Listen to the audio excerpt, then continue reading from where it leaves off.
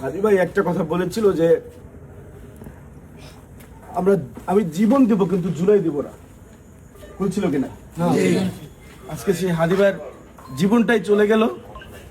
হাদি ভাইকে যারা গুলি চালিয়েছে সেই অপরাধীকে এই সরকার ধরতে পারে নাই, আইনের আওতায় নিয়ে আসতে পারে নাই। এটাই সরকারের জন্য লজ্জা।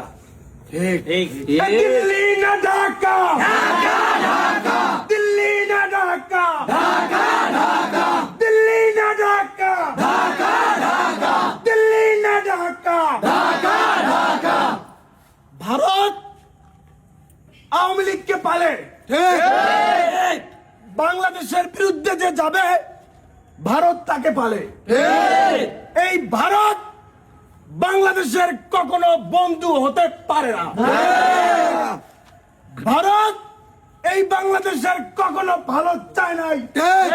ভারত ভালো চাইছে শুধু আওয়ামী লীগের। হাদিকে গুলি করেছে, খুনি বর্ডার ক্রস করে ভারতে গিয়েছে, ভারত খুনিকে সাপোর্ট করেছে। ভারত সারা বিশ্বের কাছে ভারতের পাসপোর্ট দেখালে সারা বিশ্ব থেকে ভারতের পাসপোর্ট রিজেক্ট করে দেয়। থেকে হাদি কবে পাবো আজাদি, কবে পাবো আজাদি, আমরা থেকে হাদি কবে পাবো আজাদি। পৃথিবীতে এত দেশ থাকতে হাসিনা কেন ভারতে গেল? হাসিনা অনেক আগেই বলে গিয়েছিল ভারতকে আমরা যা দিয়েছি তারা সারা জীবন মনে রাখবে। Bharat is killer, Bharat is killer. Bharat আমাদের কখনো বন্ধু হতে পারে না। ভারত ইন্ডিয়া তোমরা চেয়ে দেখো, কলাপাড়ার বুকে এরকম হয়েছে এর আগে? এখানে দাঁড়িয়ে সব পয়সার আর মিছিল হয়েছে? যেহেতু শুরু হয়েছে আমরা থামবো না। আমরা তোমাদের দাঁড় দাঁড়ি না, আমাদের সবকিছু আছে। হাদি বলে গেছে আমি চলে গেলে আমার সন্তান দাঁড়াবে। বাংলার বুকে হাদি জন্মাবে ইনশাআল্লাহ। দিল্লি না ঢাকা, দিল্লি না ঢাকা। আব্দার ভাত তিস্তা নিয়ে কথা বলেছে, ইন্ডিয়ার এগেনস্টে কথা বলেছে, আব্দার ভাতকে টিকতে দেয় নাই।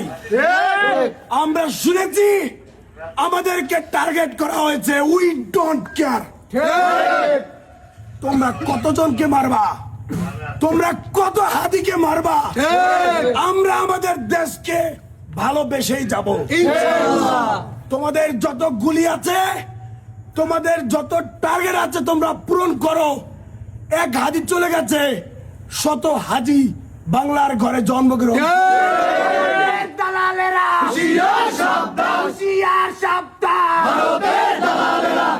হাসিনার গুলি শেষ হয়ে গিয়েছিল।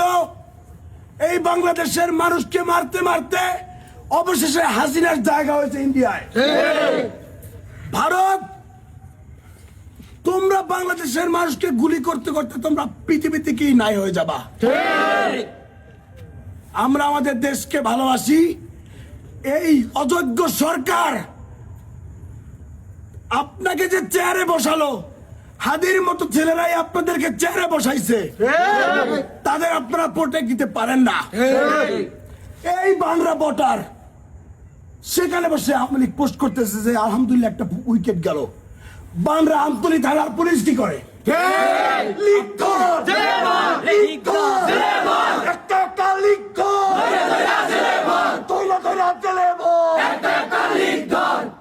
আপনি পুলিশের পোশাক পরিবর্তন করেন, আপনি পুলিশ সংস্কার কেন করলেন না? পুলিশের ভিতরে আওয়ামী লীগ ঢুকে আছে, আপনি পুলিশের পোশাক চেঞ্জ করেন। আমাদের বাল বুঝান,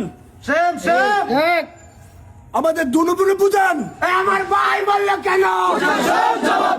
শাসন জবাব দে। আমার ভাই বললো কেন? আইন উপদেষ্টাকে ধরেন, আওয়ামী লীগের টাকা খেয়ে আওয়ামী লীগের লোকজন জেল থেকে বের করে দেয়।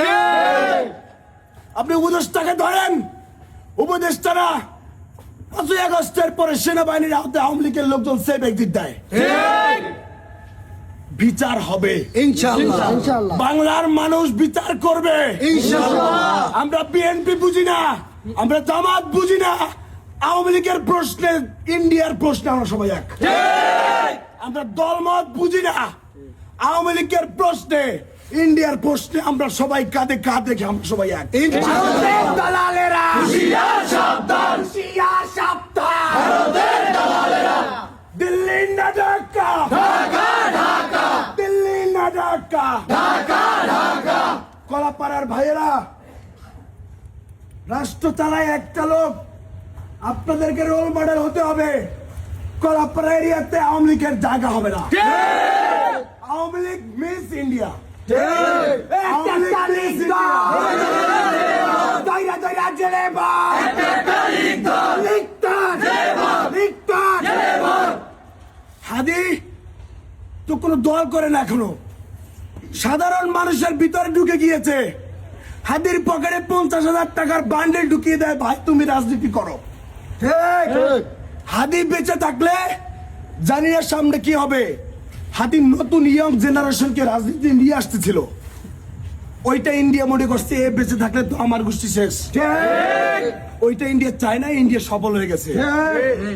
তোমরা এতটুকু জানো না, এক হাদিকে তোমরা শেষ করেছো, লক্ষ হাদি জন্মগ্রহণ করবে, যারা আছে তারা হাদি হয়ে দাঁড়া যাবে। লোকান্তরে। লক্ষ হাদি ঘরে ঘরে। লক্ষ হাদি ঘরে ঘরে। এক হাদি লোকান্তরে। আমি এখানেই শেষ করছি। আপনার ভাইদের আপনার কাছে অনুরোধ থাকবে, আপনারা বড় পরিসরে কালকে আয়োজন করেন। কলাপাড়ার মানুষ হাদির পক্ষে দাঁড়াবে।